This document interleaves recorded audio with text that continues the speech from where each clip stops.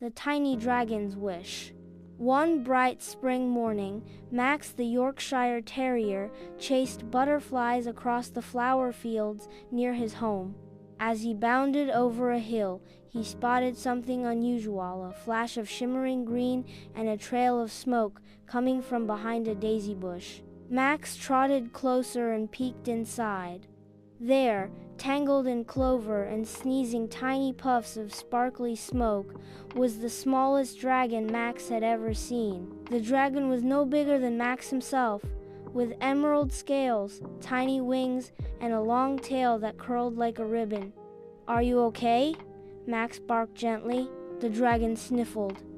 "I'm fine. I'm just stuck. My name is Ember. I was trying to fly, again." Max helped untangle Ember with his teeth. "Trying to fly?" Ember looked down at his claws. "I can fly, a little, but not like the big dragons. I want to fly high, beyond the clouds, like in the stories. But I always fall or spin or sneeze smoke. Maybe I'll never fly like that." Max tilted his head thoughtfully. "Maybe all you need is a friend." From that moment on, Max and Ember became the best of pals. They practiced flying every day. Max ran beneath Ember as he fluttered low, barking encouragement. When Ember's wings wobbled, Max steadied him. When Ember sneezed smoke, Max fetched him water and gave a cheerful woof. Days turned to weeks, and Ember's wings grew stronger.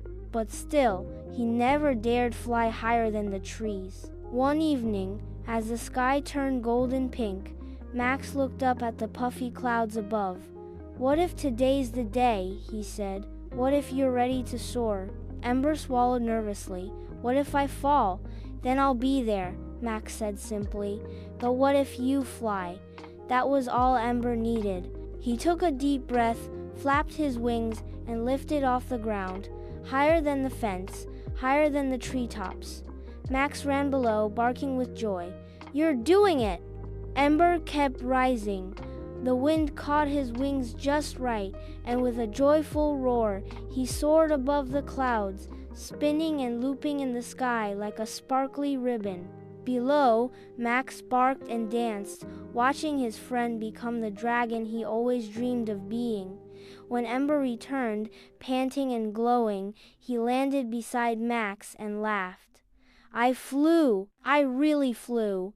Max licked his nose. "You just needed a little faith and a big leap." From that day on, Ember flew high every evening, his laughter echoing across the sky. And Max, his tiny tail wagging proudly, watched from below his heart soaring just as high.